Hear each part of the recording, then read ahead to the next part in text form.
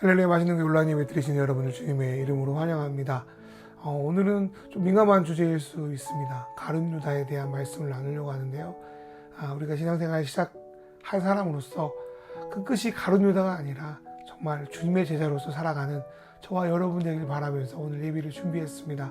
주님의 사랑이, 주님의 은혜가 저와 여러분에게 늘 함께하길 간절히 바라며 제가 주님께 찬양으로 예배를 시작하겠습니다.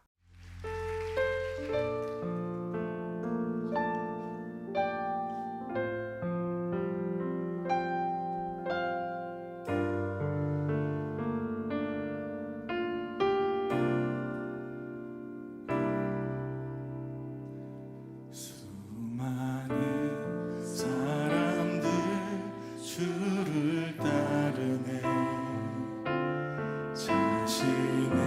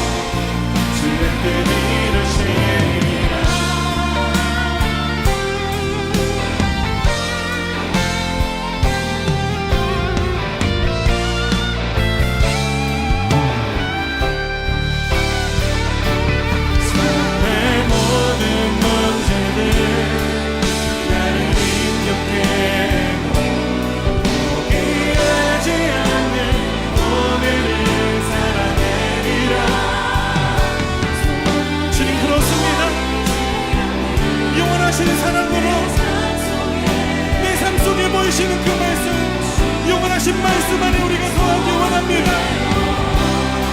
주의 뜻 이루시리라. 삶의 모든 문제는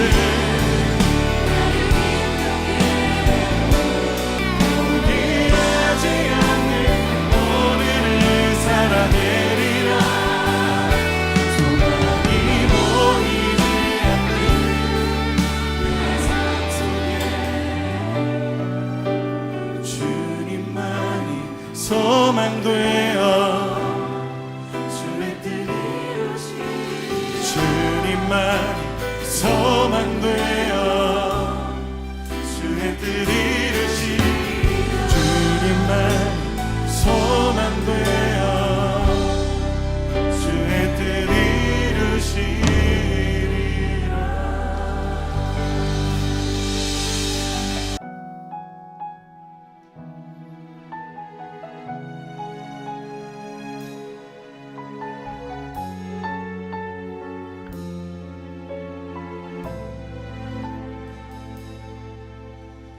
이 세상을 살아가는 동안에 나의 힘을 의지할 수 없으니 기도하고 낙심하지 말 것은 주께서 참 소망이 되심이라. 하나님의 꿈이 나의 비전이 되고 예수님의 성품이 나의 인격이 되고 성령님의 권능이 나의 능력이 되길 원하고 바라고 기도합니다.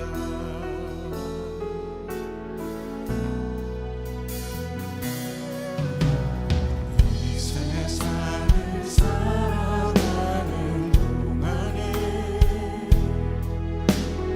나의 힘을 의지할 수 없으니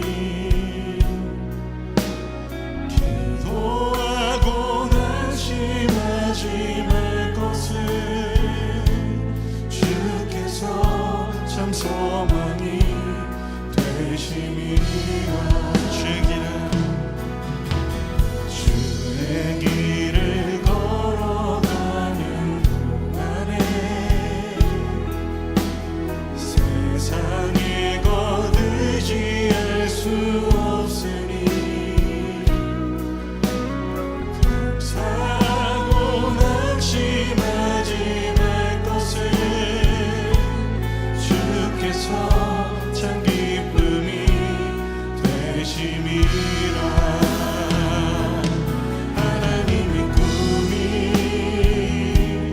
나의 비전이 되고 예수님의 성품이 나의 인격이 되고 성령님의 권능이 나의 능력이 되길 원하고 바라고 기도한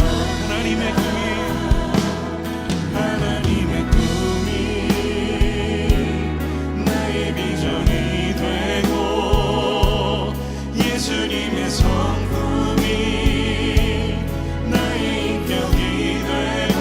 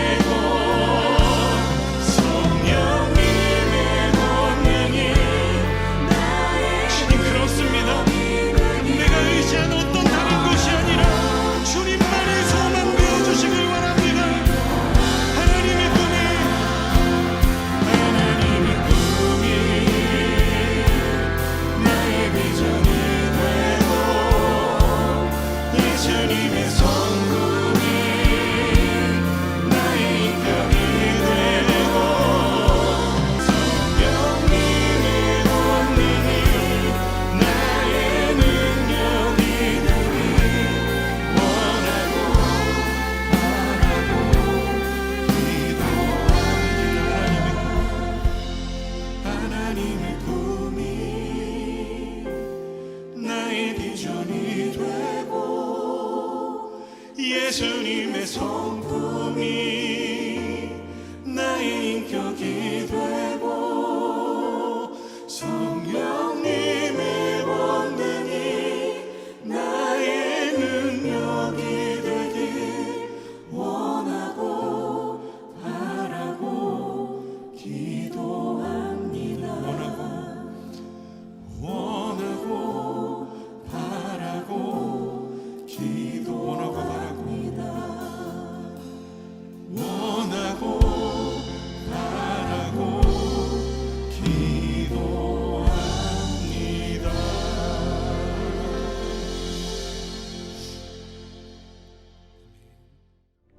예수께서 이 말씀을 하시고 심령이 괴로워 증언하여 이르시되 내가 진실로 진실로 너희에게 이르노니 너희 중 하나가 나를 팔리라. 제자들이 서로 보며 누구에게 대하여 말씀하시는지 의심하더라. 예수의 제자 중 하나 곧 그가 사랑하시는 자가 예수의 품에 의지하여 누웠는지라.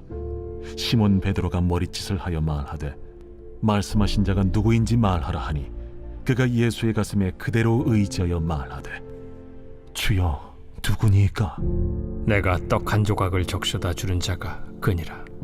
하시고 곧 한 조각을 적셔서 가룟 시몬의 아들 유다에게 주시니 조각을 받은 후 곧 사탄이 그 속에 들어간지라. 이에 예수께서 유다에게 이르시되 네가 하는 일을 속히 하라. 이 말씀을 무슨 뜻으로 하셨는지 그 앉은 자 중에 아는 자가 없고 어떤 이들은 유다가 동기를 맡았으므로 명절에 우리가 쓸 물건을 사라 하시는지 혹은 가난한 자들에게 무엇을 주라 하시는 줄로 생각하더라. 유다가 그 조각을 받고 곧 나가니 밤이러라. 오늘 말씀은 본문 내용보다는 가룟 유다의 삶을 생각하며 그러한 길을 우리가 절대 가지 않겠다는 그런 마음을 가지고 주제로서 말씀을 좀 드리려고 합니다. 선생님으로서 최고의 보람은 아마도 그의 제자들이 자신이 가르친 것이 무엇인지를 제대로 이해하고 그러한 방식대로 살려고 애쓰는 것을 볼 때가 아닐까 싶습니다. 예수님이 이 땅에 오셔서 가장 누리신 큰 보람 역시 바로 이와 같은 것이 아닐까 생각이 들었습니다. 중간에 넘어지기도 하고 도망가기도 하지만 결국 제자들은 예수님의 가르침대로 살려 하였고 세대와 세대를 걸쳐서 오늘날까지 복음을 전수하여 계속 예수의 제자를 양성해냈습니다. 그런데 예수를 믿고 제자가 되었음에도 불구하고 끝까지 그 길을 가지 못하고 도중에 낙마하거나 오히려 스승 예수의 삶과 전혀 다른 삶을 살아가는 이들이 있음을 보게 됩니다. 우리가 보기에는 이들은 예수님을 받아들였고 누구보다도 믿음 있는 삶을 사는 것처럼 보였는데 여러 가지 추행이나 거짓되고 악한 삶이 이들의 삶에서 보여질 때 참으로 실망이 되고 이로 인해 시험이 들어서 신앙을 떠나버리는 사람도 생기게 되었습니다. 그런데 이러한 일은 우리 때뿐 아니라 초대교회 때도 있었고 예수님의 수제자 그룹이었던 12제자 안에도 있었습니다. 우리는 이러한 부분에 대해서 참 해석하기가 쉽지 않습니다. 어떻게 예수님을 믿었다가 다시 예수님을 떠날 수 있을까? 기존 교회 오래 다닌 성도들은 한 번 구원은 영원한 구원이다라는 교리를 오랫동안 들어왔기 때문에 이러한 내용을 들으면 매우 당황합니다. 물론 끊을 수 없는 하나님의 사랑의 그 언약의 측면에서 하나님은 우리의 언약을 끝까지 지속하기를 원하시고 그쪽에서는 절대로 끊지 않으십니다. 그러나 사랑은 한 사람의 노력, 한쪽의 노력으로 안 되는 거 우리가 잘 알고 있지 않습니까? 마찬가지로 하나님의 사랑도 우리가 계속 거부하면 결국 하나님의 관계는 끊어질 수밖에 없다는 겁니다. 성경은 이러한 것을 성령을 근심시키거나 소멸하지 말라는 권면을 표현하고 있습니다. 아무리 과학이 발전해도 모든 우주의 신비를 다 알 수 없듯이 하나님의 구원의 방식에 대해서 우리가 다 이해할 수 없습니다. 우리가 이해할 수 없는 영역이 분명히 우리 안에 있다는 거예요. 그러나 우리가 사는 이 세계에서 우리는 처음에는 예수를 믿는 신앙으로 시작했지만 변질되거나 주님이 원하시는 바와 전혀 다른 삶을 사는 이들을 분명히 볼 수 있다는 거예요. 어떻게 이런 사람이 진정 예수를 따르는 제자라고 할 수 있을까?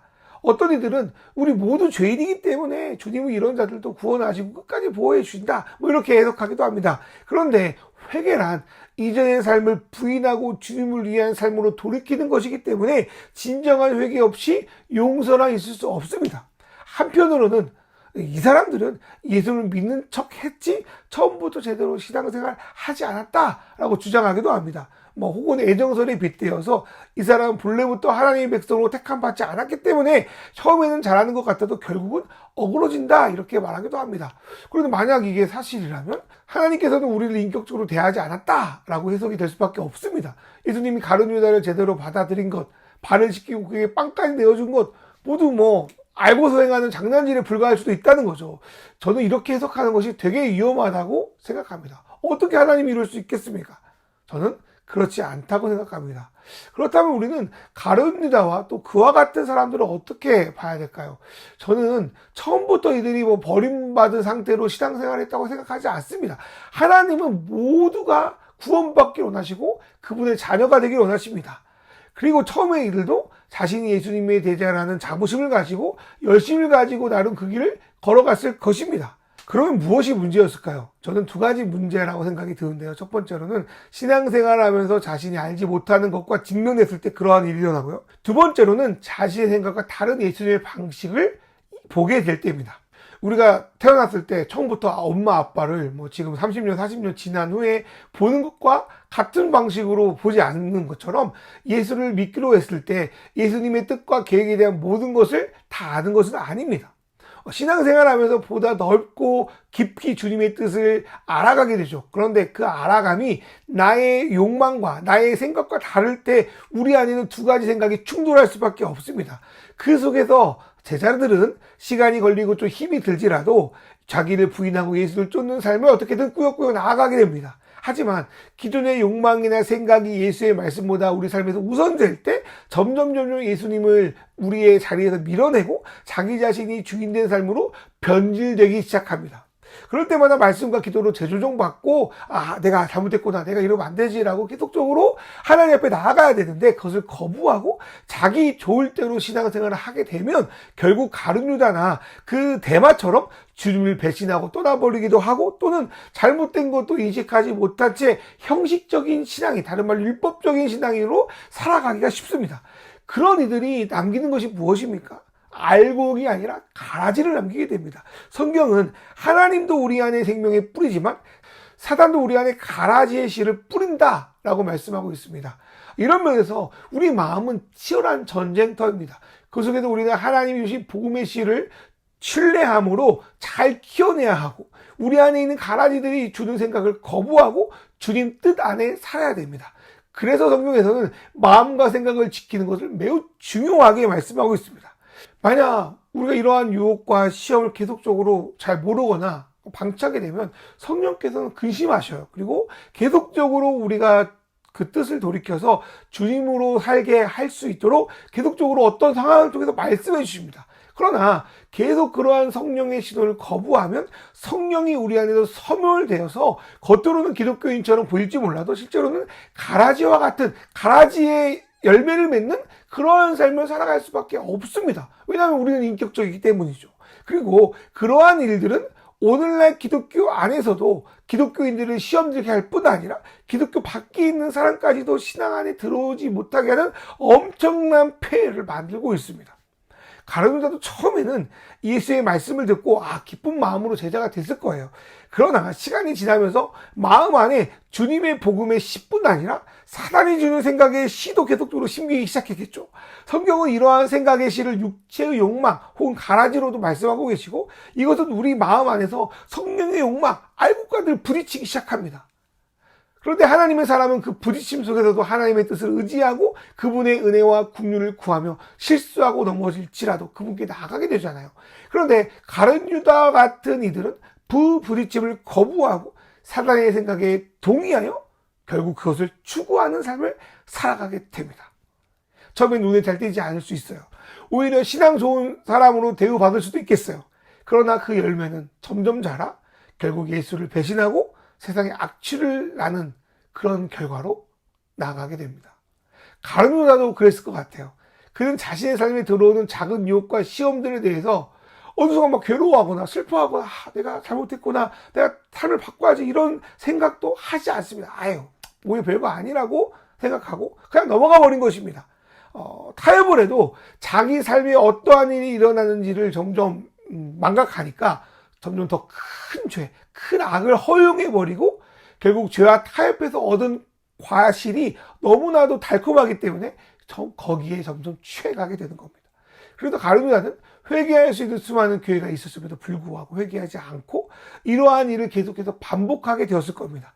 그렇게 되면 영혼은 점점 병들고 망가집니다. 그래서 성경을 근심하게 하고 결국 성령이 그 안에서 소멸되어 버립니다. 성경에 보니까 가룟 유다는 재정을 관리하는 자로서 하지 않아야 될지 공금 횡령을 저지릅니다. 겉으로는 누구보다 선한 사람, 하나님 잘 믿는 사람처럼 위선을 떨지만 실제로 그는 하나님의 것을 도둑질하는 사람이었습니다. 그런데 이 말을 할 때 정말 양심의 가책을 느꼈을까요? 저는 그렇지 않다고 생각해요. 이미 한 번, 두 번 반복된 게 아니라 계속적으로 반복됐기 때문에 자기는 뭐 선한 사람이다, 나는 뭐 가난한 사람, 뭐 이게 돈을 나눠줄 거야 이렇게 생각을 하면서 실제로는 자기 욕망을 채우는 자, 자기의 잘못도 인식하지 못하는 자로 점점 마음과 양심이 굳어져 버렸을지도 모르겠습니다. 그리고 그 굳어짐은 결국 스승 예수를 은 30냥에 팔아버리는 데까지 나가고, 나중에 그 잘못을 보게 돼도 끝까지 회개하지 않고 자살로서 그 목숨을 끊어버리는 데까지도 나갑니다. 이러한 일은 비단 가룟 유다에만 벌어진 일은 아니잖아요. 처음에는 믿음의 길에 서 있었지만 회개하지 않고 자신의 죄를 오히려 선한 것으로 포장하고 예수님을 자신의 욕망의 도구로 팔아먹는 자들이 있습니다. 이런 자들은 자신뿐 아니라 자신이 속한 교회 공동체를 결국 망가뜨립니다. 우리는 이러한 가룟 유다의 삶을 거부하고 비록 베드로처럼 때로 실수하고 넘어져도 예수님이 베푸신 은혜에 믿음으로 반응하는 삶을 살아야 될 줄 믿습니다. 끝까지 주님의 길에 이탈하지 않고 구원의 길을 걸어가야 됩니다. 근데 어떻게 그럴 수 있을까요? 어떻게 주님의 길에서 이탈한 어떤 사람들처럼 되지 않고 끝까지 그 구원의 길을 완주할 수 있을까요? 저는 그것을 예수님이 하신 씨 뿌리는 비유를 통해서 말씀을 좀 드리려고 합니다. 누가복음의 씨 뿌리는 비유를 우리가 보게 되면 구원을 이루는 길은 뭐 일시적인 다짐이나 결단 이걸로 끝나는 것이 아니라 주어진 삶 속에서 이루어진 여정으로 보고 있습니다. 그 속에서 내가 하는 수많은 선택들이 결국 나의 인격을 만들고 결국 이를 통하여 열매를 맺는 삶도 결정되는 겁니다. 그거는 저희가 완전히 판단할 것은 아니고 하나님만이 아시겠죠. 어쨌든 그러한 삶을 위해서 누가복음의 예수님은 두 가지 삶의 방식을 우리에게 말씀합니다. 첫 번째로 예수님의 말씀을 들으라입니다. 여기서 바르고 착한 마음으로 예수님의 말씀을 들으라는 뜻은 단순히 목사들의 설교를 열심히 들으라는 것을 말하는 것이 아닙니다. 목사들의 설교는 하나님의 말씀을 이해하는 데 도움을 주는 가이드일 뿐입니다. 하나님은 성경을 통해서 자녀들이 직접 그 자신이 전해준 메시지를 이해하기를 원하십니다. 그렇다면 어떻게 우리가 하나님 말씀을 잘 이해할 수 있겠습니까? 누가복음에서는 착하고 좋은 마음으로 말씀을 들으라고 예수님은 권면하고 계십니다. 그렇다면 착하고 좋은 마음이라는 건 무엇일까요? 그것은 우리에게 놓여진 말씀이 하나님의 진리라는 것을 분명히 인지하는 겁니다. 그렇게 인정할 때 성경에서 내가 원하고 바라는 말씀을 막 찾으려고 자기 합리화하려고 하는 것이 아니라 우리와 이 세상을 향한 하나님의 뜻이 무엇인지를 생각하며 말씀을 읽기 시작합니다. 또한 이들은 진정한 하나님의 뜻이 무엇인지가 궁금하기에 맹목적으로 말씀을 듣는 것이 아니라 어떻게든 이 말씀의 정확한 뜻이 무엇인지를 고민하고 배우고 배운 대로 어떻게 삶에서 적용하려고 나아갑니다. 그것이 착하고 좋은 마음으로 말씀을 듣는 겁니다. 내 귀에 좋은 말, 내가 지적인 욕구를 채우려고 이런 거에만 말씀을 듣는다고 하면 그건 착하고 좋은 마음이 아닙니다. 내가 이대로 살아야지라는 마음을 가질 때 그게 바로 착하고 좋은 마음이 될 수 있는 겁니다. 신앙생활을 한다고 하면서 생기는 대부분의 문제는 의외로 하나님의 말씀에 대해서 또 예수님에 대해서 잘 모르기 때문입니다. 예수님을 잘 모르기에 자기 마음대로 예수를 믿을 때가 많아요. 자기 욕망을 추구하는 일환으로서 예수님을 막 마음대로 해석합니다. 진리의 추구를 다른 사람에게 맡기고 자신은 속편한 맹목적인 신앙생활을 하기도 합니다. 그래서 착하고 좋은 마음으로 그 말씀을 받아들일 수가 없는 겁니다. 사랑하는 여러분, 착하고 좋은 마음으로 말씀을 접하기를 주님의 이름으로 축원합니다. 두 번째로 예수님 뭐라고 분명하시냐면 인내로서 말씀을 지켜라 라고 말씀하십니다. 예수님 처음에는 기쁘고 좋은 마음으로 그 복음을 받아들였지만 여러 가지 유혹과 시험 때문에 그 길을 떠나는 것에 대해서 계속적으로 말씀하고 계십니다. 씨 뿌리는 비유에서 이것을 돌짝밭과 가지너물이라고 표현합니다. 처음에는 기쁜 마음으로 예수님을 믿고 그분과의 교제를 시작했지만 어려움이 생기면 예수님을 떠나버리는 사람이 있습니다. 또한 삶 속에 생기는 여러 가지 염려나 유혹 때문에 주님의 길을 저버리는 일이 있습니다. 성경에서 그러한 대표적인 인물이 가룟 유다와 데마와 같은 사람입니다. 신앙은 한순간의 이례적 사건으로 완성되는 것이 아닙니다. 사람과의 관계도 지속적인 관계를 맺어야 되는데 어떻게 만물의 주이신 하나님과의 관계를 단순한 이례적인 사건으로 끝낼 수 있겠습니까? 만약 결혼식만 하고 결혼 생활을 안 하고 있는데 그걸 제대로 된 결혼이라고 할 수 있겠습니까? 마찬가지로 어릴 때 영접 기도만 하고 순간 어떤 내용을 반복하면 하나님과의 관계가 그 이후로 아무런 접촉 없이 그냥 계속 유지되는 겁니까? 저는 그렇게 생각하지가 않습니다. 구원은 이례적인 이벤트나 몇 문장으로 외우는 그런 걸로 끝나는 것이 아닙니다. 하나님과의 지속적인 관계 속에서 그 고백에 합당한 삶을 계속적으로 살아가는 것이 바로 구원을 이루어가는 겁니다. 그리고 그 지속적인 관계 가운데 필요한 것은 하나님을 향한 신뢰를 바탕으로 이루어지는 인내입니다. 그런데 인내는 시간이 필요해요. 우리가 땅에 씨앗을 심는다고 해서 바로 그 씨가 나오지 않습니다. 물을 주고 거름도 주지만 씨가 나와 싹이 트고 줄기가 자라 나무가 되고 그 나무에서 열매가 열리기까지는 꽤나 오랜 시간이 걸립니다. 제가 예전에 누가복음 8장 15절을 묵상하면서 신성한 충격을 받은 적이 있습니다. 씨 뿌리는 비유에서 중요한 포인트는 어떤 밭에 뿌려졌냐, 누구에게 뿌려졌냐 그런 어떤 것이 아니라 얼마나 그 복음의 씨를 붙들고 인내하는 시간에 달려있는 거예요. 착하고 좋은 마음으로 주님의 말씀을 들었다면 우리 삶의 다양한 상황 속에서 인내로 그 말씀을 품고 지켜나가야 된다는 거예요. 그리고 저와 여러분은 그 인내의 과정 한가운데에 지금 거하고 있지 않습니까? 그럼 어떻게 우리는 인내할 수 있겠습니까? 예수님은 그 두 가지를 제시하는데요. 첫 번째로는 주님의 말씀을 변질되지 않게 굳게 간직하는 것입니다. 우리가 반복해서 하나님의 말씀을 듣고 성경을 읽고 기도하는 것은 본질 되신 주님을 그 가운데서 만나고 좌로나 우로나 치우치지 않기 위해서입니다. 사람을 누구를 만나 어떤 말씀을 듣고 나누냐에 따라서 그 사람의 삶이 달라진다고 말합니다. 그 사람의 생각이 변화합니다. 우리도 그렇습니다. 우리에게 주신 복음의 말씀, 나의 설명 굳게 지킬 수 있는 것은 결국 나의 삶 속에서 주님의 말씀을 계속적으로 들으며 다짐하고 위로하고 격려할 때 우리는 그 말씀을 지켜갈 수 있다는 거예요. 그래서 주님은 첫사랑을 회복하라는 말씀을 에베소 교인에게 하는데 그건 바로 주의 말씀을 끝까지 붙들고 본질에 벗어나지 말라는 거죠. 두 번째로 예수님은 견디라고 말합니다. 직장이나 가정에서 여러분에게 견디라고 하면 솔직히 매우 부담스럽고 당황스럽잖아요. 견딘다는 것 자체가 매우 힘들게 들리잖아요. 그럼에도 우리가 견딜 수 있는 것은 두 가지 때문입니다. 첫 번째로 그 견디는 일이 참으로 의미가 있을 때입니다. 내가 지금 붙들고 나아가는 것이 영원한 하나님의 나라를 향하여 있구나. 주님께서 지금도 앞으로도 반드시 그날을 이룰 거구나 같은 그 소망이 있을 때 우리는 절망하지 않고 그 길을 걸어갈 수 있습니다. 또한 우리가 견딜 수 있는 것은 함께할 사람이 있을 때입니다. 누가 그러더라고요. 전쟁을 견딜 수 있는 것은 같이 싸우는 동료가 옆에 있을 때라고. 저는 되게 동의하고 신앙도 그런 것 같습니다. 외롭기만 하고 쓸데없는 것 같아도 함께 그 선한 뜻을 가지고 나아가는 사람, 함께 같은 생각을 가지고 주님의 길을 걸어가는 사람, 그런 사람이 많지도 않아요. 두세 사람만 함께 있다면 주님은 그 가운데 임하시고 우리에게 그 길을 걸어갈 수 있다라고 말씀합니다. 사랑하는 여러분, 요즘 교회를 보면 가룟 유다처럼 신앙생활하는 사람이 더 인정받고 더 성공한 것처럼 보일 때가 많습니다. 예수님의 이름을 막 팔아가지고 오히려 자신의 성공을 이루는 자들, 자신의 성을 쌓는 자들이 참 많아 보입니다. 그 가운데 눈에 보이지 않는 곳에서 착하고 좋은 마음으로 복음의 씨를 뿌리며 그 씨를 자라나게 하기 위해서 인내로 나아가는 그 사람들의 수고는 잘 보이지 않는 것 같습니다. 그러나 예수님은 바로 그 십자가의 길, 그 복음의 길, 그 길을 통하여 구원을 이루셨지 않습니까? 그렇다면 그를 따르는 저와 여러분 역시 그러한 삶을 통하여 하나님의 열매를 맺게 될 거라고 저는 믿습니다. 그러니 사랑하는 여러분, 말씀에 굳게 서십시오. 착하고 좋은 마음으로 그 말씀을 받아들이십시오. 그리고 우리 안에 또는 벌어지는 사단의 생각들을 거부하고 인내로서 그분의 말씀에 한 절이라도 지키며 살아가십시오.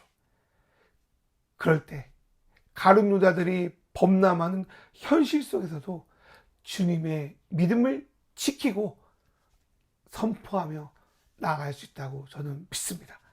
그럴 때 주님께서 우리의 삶을 통하여 아름다운 믿음의 열매를 저와 여러분에게 맺게 하실 것을 믿습니다. 그러한 여러분 되기를 주님의 이름으로 축원합니다. 이 시간 다 같이 기도하겠습니다. 가룟 유다들이 범람한 현실 속에서도 끝까지 믿음의 본질을 잃지 않고 착하고 좋은 마음으로 주님의 말씀을 배우고 익히게 하소서. 삶 속에서 내가 바라는 것이 더딜지라도 인내로서 주님의 말씀을 간직하여 지키게 하셔서 내 삶의 주님의 열매를 맺게 하소서. 세상 속에서 우리를 넘어뜨리려는 유혹과 시험이 너무 많습니다. 그 속에서 우리의 마음과 생각을 지키게 하시고 넘어질지라도 포기하지 않는 삶 되게 하소서. 이 시간 우리 통성으로 기도하겠습니다.